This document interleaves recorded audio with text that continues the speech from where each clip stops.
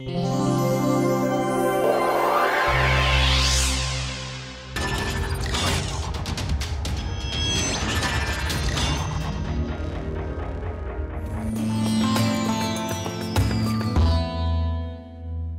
do we produce sounds? What's the mechanism involved in that? And then what's the role of airflow, extra air, voicing, that is vibration in the vocal cord and things like that, right? That was the idea. That was the idea of that discussion on sounds. So now we will begin with words. Go ahead. So when languages differ in the number of consonants or consonants which they have, or the different sounds they have, what might be the reason that some languages have adopted more sounds as part of their languages while others have not? Is there a can it be justified by some reason? Why do languages differ in the number of sounds? Say it again. Its question is, why do languages differ in number of sounds? Why do some languages have more sounds, some have less sounds, some have certain specific sounds and others don't have? You were saying something? I did not understand. Every language has the same number of sounds. No, not true. Approximately same. For example, you will not find a language with 20 and the other with 50. See that? So they will have approximately similar numbers like 42, 46 or 48. No language will have 20 or 25 and then others will have 50 or 70. Okay? They do not have same number. At the same time, the differences are not too wide. So there are some languages in Africa which have more than 100 sounds.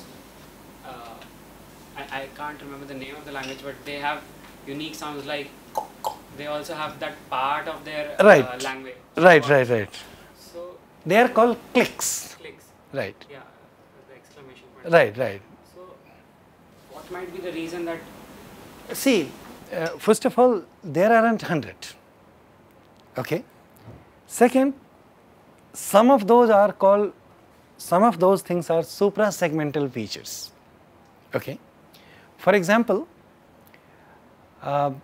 in our languages we too have something called nasalization. It's part of many languages, but to give you one example from our languages, we have nasalization, which is different from nasals. Okay. For example, we have a sound called ma, right, like mama, ma, but then we have something else which is called nasalization. Now, what's nasalization? It's something like, let's say when we say a word aankh. Aankh is the word for eye. It's a Hindi word for eye. Now, the first sound of this word is a. It's not aakh. What is it? Aankh. The first vowel is nasalized. Right. That moon and the dot thing is the marker in writing system for nasalization. Now, you may have noticed, I don't have it on my schedule to talk about written system, but you may have noticed in some words you just see a dot and in some you see moon and the dot. There is a difference between the two. I hope we get some time to talk about that. However, we need to get to principles in more details. Nonetheless, they represent two different things. Moon and the dot is representing nasalization, which is a feature on a particular sound. The dot is simply representing another sound, which is nasal. Okay. Now, how they do those things, I'll show you some other time, and if I find some space for that. Important thing with reference to your question is, nasalization is something which is called suprasegmental feature. Now, it comes on a sound. It is not a sound by itself. Therefore, several of such things may not be, I am not denying, because I do not know which language you are talking about, I do not know the sound inventory of that language to deny anything outright, but some of them are suprasegmental features. Okay? That is number one. Number two, and those are the things which are responsible for when someone says accents, right. Accent most of the time is used as a derogatory word to mark the language low. It said your language has an accent, right. However, the technical term accent also means differences caused by suprasegmental features. Okay. So, that's also another aspect of that. There is one more point, one more thing which we need to discuss before we move to words, because now we are moving from sounds to words. When we look at words, we know that they are not just random collection of sounds, right. That's well established. We may not know each and every rule, each and every pattern which is responsible for the strings of sounds that we get in a particular word, or what are the strings that are allowed and what are the strings that are not allowed. We may not know all of them. However, we know that they are not random collection of sounds. They have an underlying pattern in it. We are going to see some patterns today, which is going to answer the question, how do we make words? But there is another element which is larger than sounds and smaller than word. Okay? And this thing is called a syllable. Have you heard this word, syllable? What does it mean to you when you hear the word syllable? It represents a certain sound actually. With reference to sounds. Actually what it is the following. It's more than sound. It's larger than sounds and smaller than a word. For example, a word may have 2 to 3 syllables or maybe 4 syllables. Okay? However, one sound may also constitute 1 syllable. Okay? But the question of syllable comes in only when we are talking about words. If we cut the words in different parts, then we get several syllables. This is called there is a process called syllabification, and we know that a word may be divided into 2 syllables, then they are called bisyllabic or disyllabic word, or a monosyllabic word. If we cannot divide them into 2 or 3, then they are called monosyllabic words. Okay? So please keep this thing in mind. There is something called syllable which is larger than sounds but smaller than words. Syllables do not extend beyond the word boundaries. They stay within words. Okay? So now let's very quickly look at these things. My idea is to get to sentences by tomorrow. So we have been looking at these things off and on, right? Where these things simply mean consonants and vowels. Now, the first pattern that you see, CV, CV, right, which tells you several things.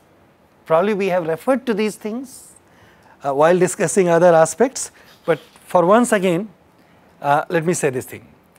The first pattern simply tells you, first and second, that the most common pattern for the formation of word is CV, CV. Nobody knows how many words can we make with this pattern. That simply means a lot of words.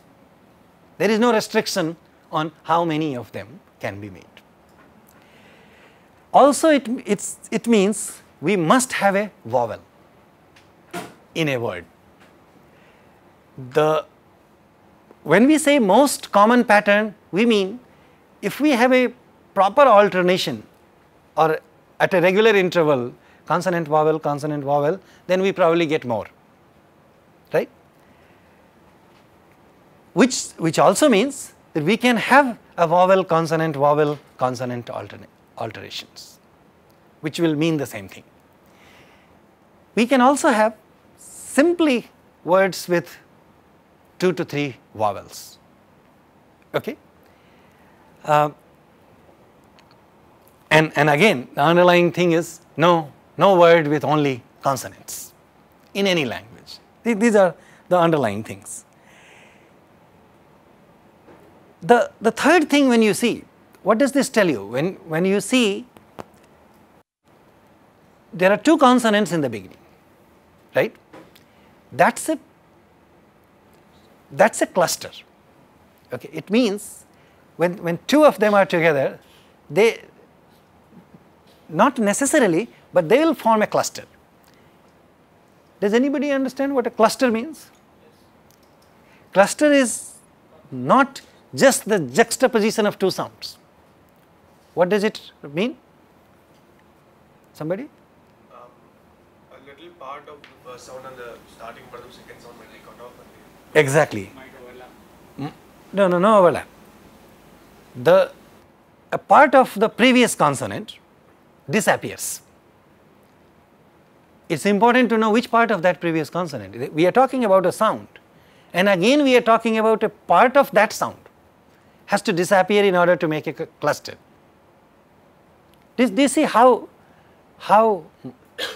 what a microscopic look it becomes when we look at words, right? So which part of that sound do we cut or gets disappeared? The vowel part, right? We know that every consonant comes with a vowel which is called an inbuilt vowel, which is just one particular vowel. This vowel is a short a. It's shorter than a, or definitely way shorter than a. A is a completely different sound. We don't find that anywhere in any consonant. When you see a in a consonant, that's an additional sound, right? In a word like ma or ka. Ka and a are 2 different sounds, right? So the sound like ka comes with an inbuilt vowel a, which is a small vowel. It's called a schwa, but let's call it a vowel. In order to make it a cluster, that goes away. That vowel disappears, and then we get the following consonant forming cluster with that one. Okay, and we have seen examples like school, station, scooter, right, and many more. This cluster is possible in the beginning of a word, in the middle of a word, also at the word boundary. Okay. However, there are a couple of things that work as constraint and that are important for us to keep in mind. Only the first sound is responsible for forming the cluster. That is, in a cluster, the first sound, that is first consonant, will lose its inbuilt vowel. The second one will not. If the second one loses its vowel, then it's going to form cluster with the following one. See that? And this can happen at any position in a word, beginning, middle, and end, with the break of a vowel. Okay? If there is no break, then they are going to form cluster with 3 consonants. If we say there are some words which have cluster of 3 consonants in the beginning of a word. Okay? You get this question? If we say there are some words which have 3 consonants forming a cluster in the beginning of a word, what do we mean? What are the two consonants that are losing their vowels? First and second, right? Third one is not going to lose its vowel, all right? Now,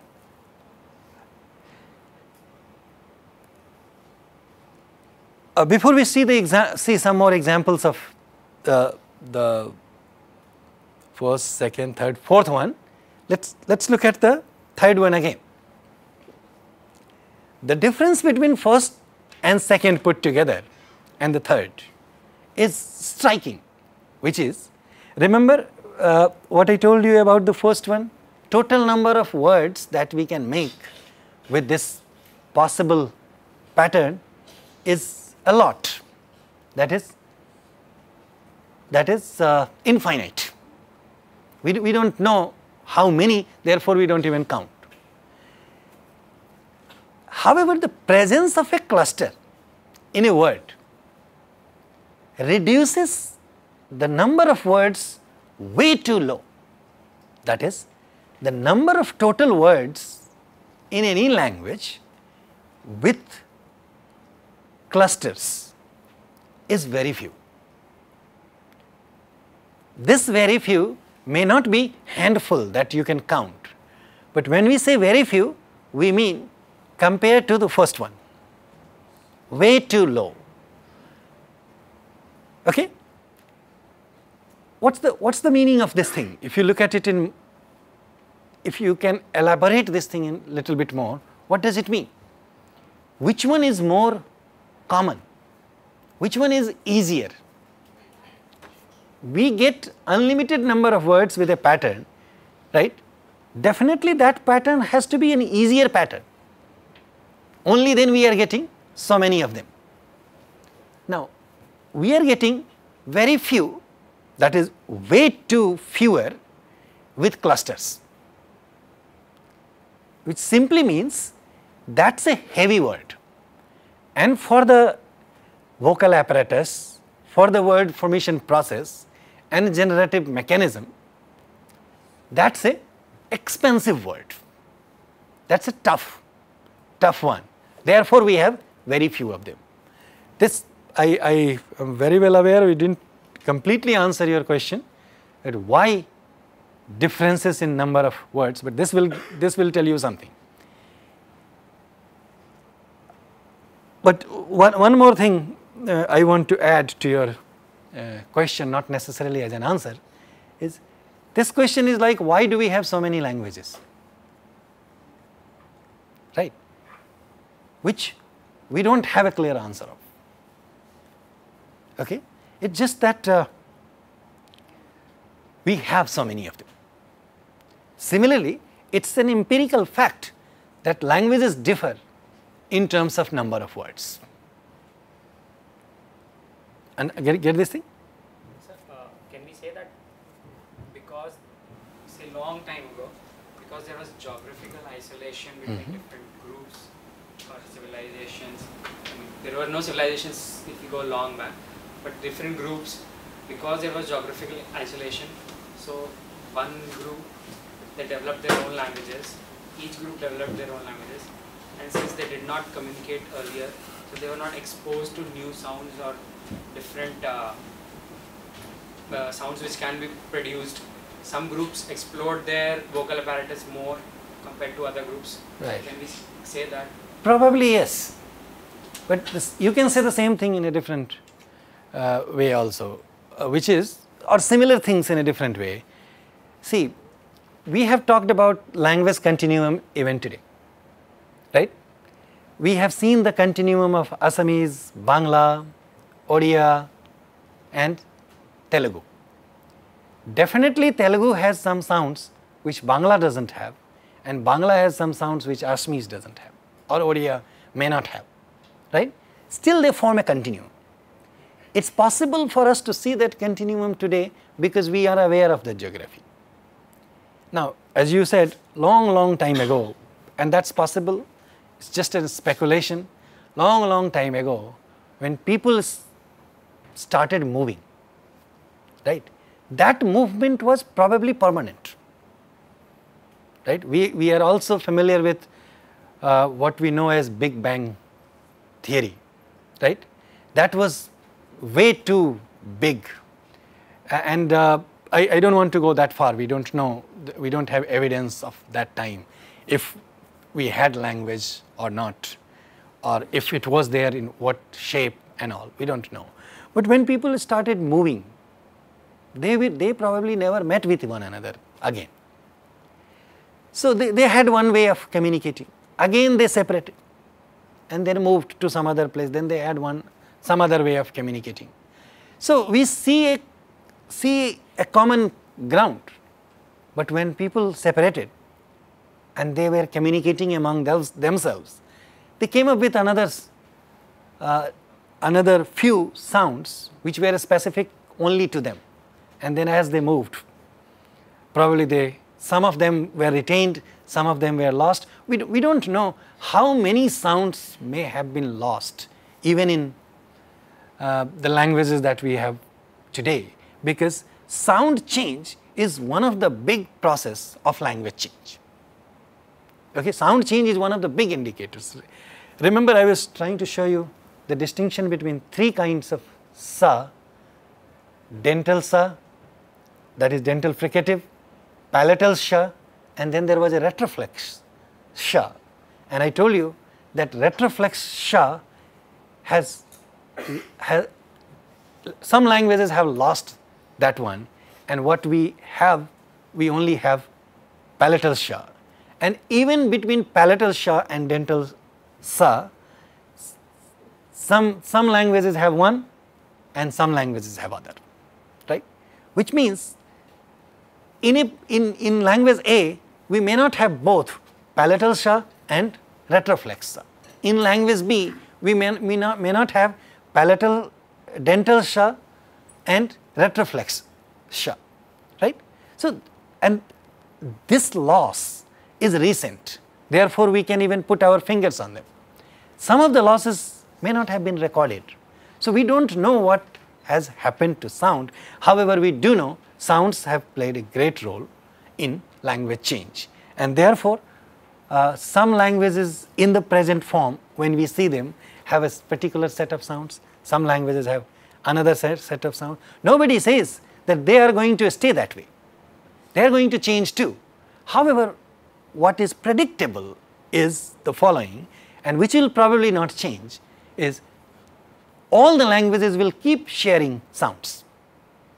There will not be a language which doesn't share sound with other one. That will probably not change. I am very well aware this doesn't completely answer that question. That is probably, that question doesn't have an answer. Okay? You can think, you can read, one can speculate, one can write something else, but can never be a complete answer to a question like this. Get it? Coming back to our discussion, first and second patterns they give us lot of words. The moment we start with clusters, we start seeing a reduced number of words, which simply means the clusters are heavy. Okay? Now,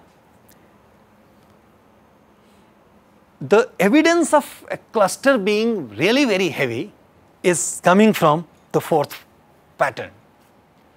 Can you think of some words with fourth pattern where we have three sounds, three consonants forming a cluster to make a word? Loud. String. So what are the sounds here? I suggest please keep writing these words. String, and underline the sounds that are part of cluster. You will see a magic in this thing. The sounds are sa, ta and ra. Okay? True, this is a cluster, it's string. Sa, ta and ra. Alright? More? Stray. So what are the sounds here? Sa, ta and ra. Alright, more? Spray. And sounds here are sa, pa, and ra. More? Screw. Screw. Sounds here are sa, ka, ra. I can stop, but for your fun part, can you tell me more?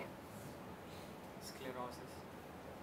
So the sounds are sa, ka, and la. More? Prawns. Sorry? Prawn. Prawn. Sounds are? We are talking about 3. So you are right.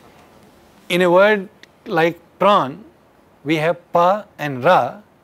Probably you thought of this example because you were looking at the writing system where you see a W or something, right? But it has only two sounds, pa and ra, right? We are talking about 3. Throw. What's the sounds are? Tha, ra, and after that you get a vowel. So that's not 3. That's only 2. We are talking about 3. Can you be more imaginative? Just give me a word. Give me a word, sorry. Stroke. All right. So the sounds are sa, ta, and ra. Now, while you are thinking, and I am still waiting for a few more examples, let me say the following. We are talking about some of these words from English, clearly, right? You are not coming up with words from our languages. What we are going to see as generalization applies to our languages also. It's just that you are not giving those sounds, those words. Okay? So, generalizations derived from English words are applicable to all languages. So, do you see anything common in what you have seen, what you have given so far? Anything common in the examples that you have given so far? Starts from the front and goes back. That's very nice, true. But look at the sounds. What's the first sound in all of them? Sa. Do you see, this cannot be a coincidence. That the moment you want a word with 3 clusters, you cannot have one beginning with any other sound. Any sound other than sa. Okay? And this is no big time discovery or anything. It's just pretty obvious. We speak these words every day. We learn these things the way I am telling you. It's just that this is the process that is called reinventing. We are not inventing anything new. It's called reinventing or making something little bit more obvious. All right? It's not that these words you didn't know, these are your examples. It's just that we didn't pay attention to this thing. Sir? Sir, the words, right, sir. So, did the words come first and then we found out that a bunch of rules fitted them, or have the words been formed according to the rules? This is like chicken and the egg story. Yes. Yes. So, a good question though. You're saying, did we have first sounds and then we made words? Did we have words and then we figured out the way we form words Definitely. naturally followed a bunch of rules, or did we make the words based on a bunch of rules that we created? No. We have words. Okay, let me put it the following way. These things that I am trying to show you, when somebody came up with these rules, definitely they looked at huge data set and then they came up with this pattern. It must have been very exciting at the time when someone figured out that you cannot have a word without a vowel. Sounds very, very generic and a matter of general knowledge today, but must have been very exciting for them. Why is it that we can't have words with different sounds? Like instead of starting with the sir. Is it that we can't have it, or is it just difficult to pronounce and people don't do That answer I can give you. But let me talk about the question that you raised before. It's a very interesting question. So these patterns were made explicit definitely on the basis of large data set, where the claim is not this fun. The claim is there is an underlying pattern of word formation. Now, these patterns are part of principles and parameters which are part of universal grammar and which are part of language acquisition device that we are born with. We trigger them with these examples and therefore we speak the way we do. See this thing? So it's not that we have a set of sounds in one compartment and then rules in the other, and rules apply to sounds and then we get words. It's all together, okay? And definitely the generative process is that we need to trigger those rules to get these things. That's the answer I can give you for that. Now, let's look at more, and then you will see why they all begin only with sa. Okay? What's the second sound in these clusters? Second sound is? They are either pa or ta or ka. You can come up with 100 words, but they all are going to have sounds like. Second one can only be pa, ta, ka. Okay? One of the three. Now, what's common in one of the three? We are going to look at that in a moment. And the third one can only be either ra or la.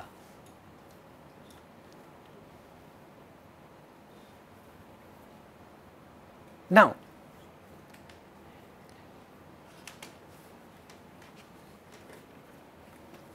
the underlying idea is this constraint is very strict.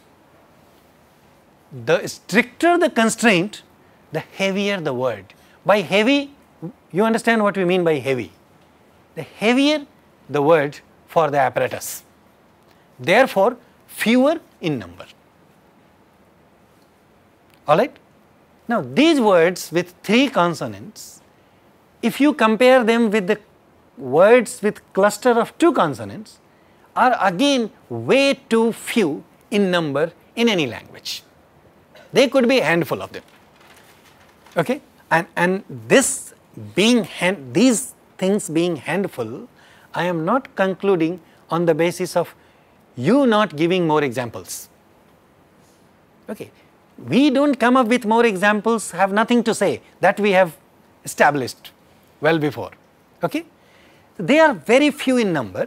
You can count them. I mean, if you won't be too wrong if you say English may not have, let's say, more than 100 or 150 words like them. By 150, I'm not trying to put a number on that. It could be 200, but or even for that matter, it's 500. What's the big deal about that?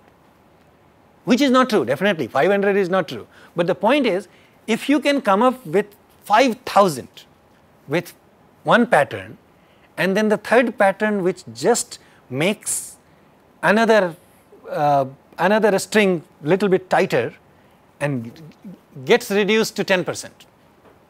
And if you look at the previous one, which were millions, and you added one more constraint on that and got reduced to, let's say, 5 lakhs or for that matter 1 lakh. That's too heavy a constraint. Just put one small constraint, it gives you, it becomes such a heavy that it has dramatic change in total number of words. That's the constraint we are looking at, right? I'm coming to this in a moment. To conclude this thing, Yeah, I'm coming to that in a moment. I'm coming to that slide in a moment again. See the last one?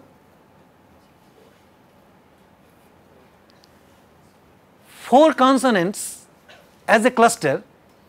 Do you see a star in the beginning of that?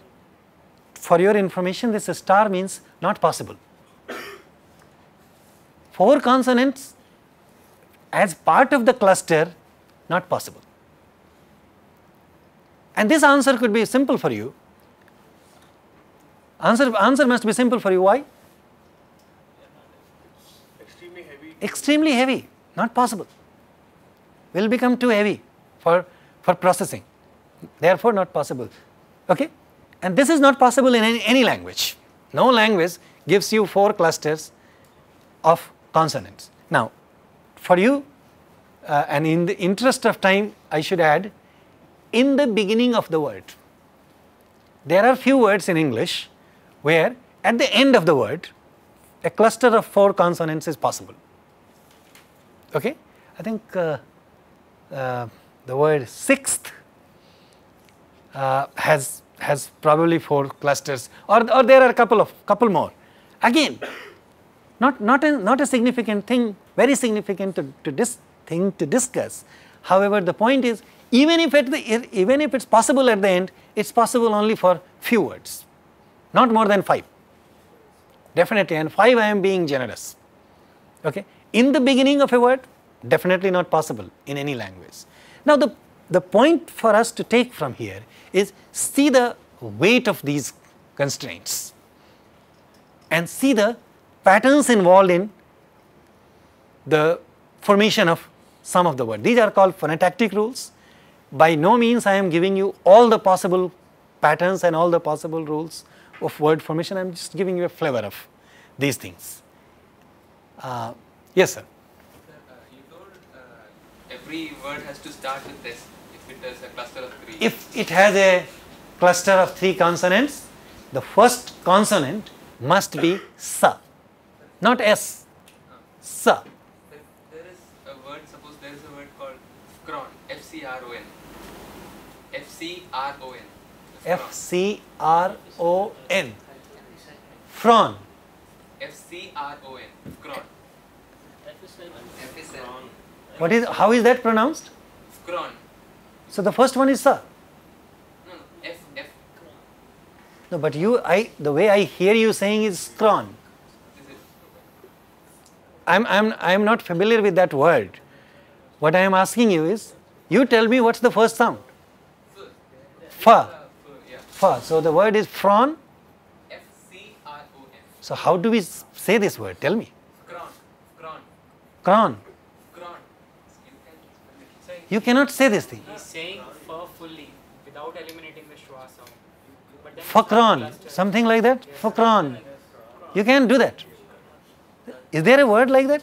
No, I'm just asking if there is a word like No. You are artificially creating one where the problem is, right? Like someone said, is not removed. in the sound fa, the schwa is not deleted. The sound a is not deleted. Therefore, you are having difficulty saying this. I am having difficulty saying that. And imagine we drop that. We won't be able to say that. I invite you to say that word. So you are right. On the paper, we can do anything. But that's not going to be word. And definitely, that word is not going to be available in the inventory of words to be assigned meaning. See the point. See, the formation of words is one part. And how such words, if they are legitimate words, based on these patterns, get meaning, is a completely different process.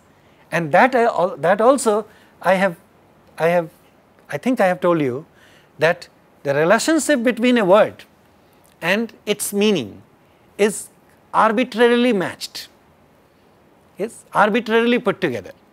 Why this thing is called a pointer has got no rationale behind it. We could have called it aeroplane. It would still mean the same thing. I mean, if in the beginning, if everybody called it aeroplane, we will call it an aeroplane. Would not make any difference. It sounds ridiculous today because the moment we say aeroplane, we have something else in our mind because we know the word aeroplane is assigned for something else.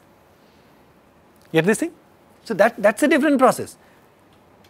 Coming to this, you can do it on paper, but you won't be able to say that. In order to be able to say a word, this is what has been derived. This is not a prescriptive rule that you must say sa. This is, if you happen to say 3 clusters in a word, the first one must be sa. Or first one appears to be only sa. Let's put it that way. That's the point. Okay? So, now, yeah. What about words like accreditation where it's like A, K, R put together? So tell me now, what's the word in accreditation? Or accredit. A is the first vowel. So that's a vowel. Accreditation. But I mean, in that case, when you say C, C, C, B, C, that means No, no, does no, it no. mean only to 5-letter words or any kind of? It takes long time to get out of this thing. When we say 5-letter words, we are not talking about letters. We are talking about sounds. No, does this arrangement generally mean only for words with 5 sounds or words that start with these 5 sounds? No, first of all, we are talking about this word, this cluster of 3 in the beginning of a word. Yes, sir. That's the thing that I am trying to show you. But I am saying something more than that also. What I am saying is, when we look at a word, we are talking about looking at sounds involved in the word, not the letters involved in the word. I mean, my question is, do these rules apply only to 5 sound words or do they? No. It could be any number of sounds in a word. So, but this type of patterns, that means starting of a word, you can generalize it to starting of a word, they can be a single word also. For example, if you say string, you can say stringing. The same Yeah. rules apply to stringing. as Sure, well. sure, definitely true. That was. That I heard your question as a different one, and that is important to clarify. When you say a word like accreditation, right? What are the sounds involved in that? The first sound is a vowel, so that's out. Second one is ka and ra. So that's a cluster of only 2 sounds, right? The following sound becomes a vowel. Sir, what about words like kripa? Kripa. So what's the, tell me? Before you say pa, there is an intervention of a vowel. Right? Before you say the third one, ka, ra and pa, before the fa, there is a vowel. See that? True. So, you must get 3 of them. Okay? If you have a break, then you can have any, because we are not talking about words with 2 clusters, words with cluster of 2 sounds. If we are talking about 2 sounds in a cluster, then we can get any 2 sounds. We are talking about a cluster of 3 sounds. In that 3, you must have first one, sa. Please think about more words. I invite you, this is not the only 50 minutes where we can talk about this. Think about more words, but just keep in mind that we are talking about sounds, not letters. Okay? So, the first one must be sa, second one can only be either pa, ta or ka. Yes, sir. Sir, you said that the second sound can only be sa, ka or ta. No, he said second sound can only be pa, Okay. ta or ka. But it could also be ta, right? Ta. It may not be possible in English, but it is possible in Yeah. See, this is why we discussed both retroflex and dental. And then we have also discussed something called alveolar, the English ta. So, they are all from the same reason. Therefore, I am saying ta. So, in our language, it could be either ta, which is complete dental, or in other languages it could be an alveolar t, softer, right? In a word like, let us say, string, it is not a retroflex t, it is t. Therefore, I am putting it that way. This is the reason why we discussed the differences between, remember, do people remember here the difference between ta as a dental, ta as a retroflex, and then the intermediate alveolar one, which are the sounds that we get in English. Very nice. Now, what is the common between these three sounds? Pa, ta and ka. It is not all of them are from the front of the vocal apparatus. Ka is velum. See that? What is common between all three of them is they are all stop sounds. Stop sounds mean total closure and then release of air. Pa, ta, ka. The common in the manner of articulation in all three of them is they are all stop sounds. Okay? And the common between ra and la is these two sounds are called liquid sounds. Okay? Now, liquid does not mean much. Liquid is not something like physical liquid, water or oil. However, it is something of that sort in nature. Don't have much to say about them at this moment, but I can simply give you one generic example, that you may find some people who interchange these two sounds. Okay? When they would want to say ra, they would end up saying la, or the other way around. Some of such things are also attributed to some kind of a speech disorder, and some of these things are very commonly known as metathesis or something like that. But the point is, whether it is a speech disorder or not is not our job to hint at. Our thing is, this, even in the speech disorder, the alternation is between only these two sounds. So, some people, can you think of some examples?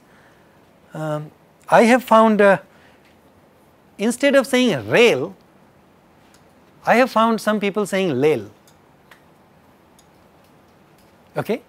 And where they are supposed to say la, for example, lal, instead of la, they put ra. Okay? Now, this may not give you the answer, but this is just an application of what I am saying, which is these two sounds are liquids, therefore this interchange. Now, the third one of this cluster must only be either one of the two. Therefore, you get sounds like spring, string, screw, splash, and many other words that you gave. The case only when it has to start at the beginning. Most of them have been seen in the beginning of it. Yes. Beginning of a word. It's difficult to get a cluster of three sounds The beginning. somewhere else. However, that is not denied. Somewhere else it's quite common. Somewhere else it's quite common. As in at the end it is common. Come up with some of the words. Probably there also it will be sapa. Thanks. Sorry? Thanks. T-A-N-G-S. Thanks. Again, you are talking about written things, written letters. If you say those sounds and pay attention to them, there will be a break with a vowel. You are saying N-G-S doesn't. Yes. And if at all that counts, that's one consonant which is n, velar nasal, n. Okay? All right. That's all. That's what I had to say to tell you today. There are a couple of other things about words which I do want to bring to your attention, because this is so far we have seen some patterns. Now we are going to see some additional rules applicable for formation of words, and then we go to sentence right away from there to see more rules of why and how sentences are not simply cluster of words. Okay? They will make more sense when we look at those things through the intermediate rules that are applicable in formation of words, and then a better understanding of sounds is definitely going to help us what we see little later. All right, we stop here.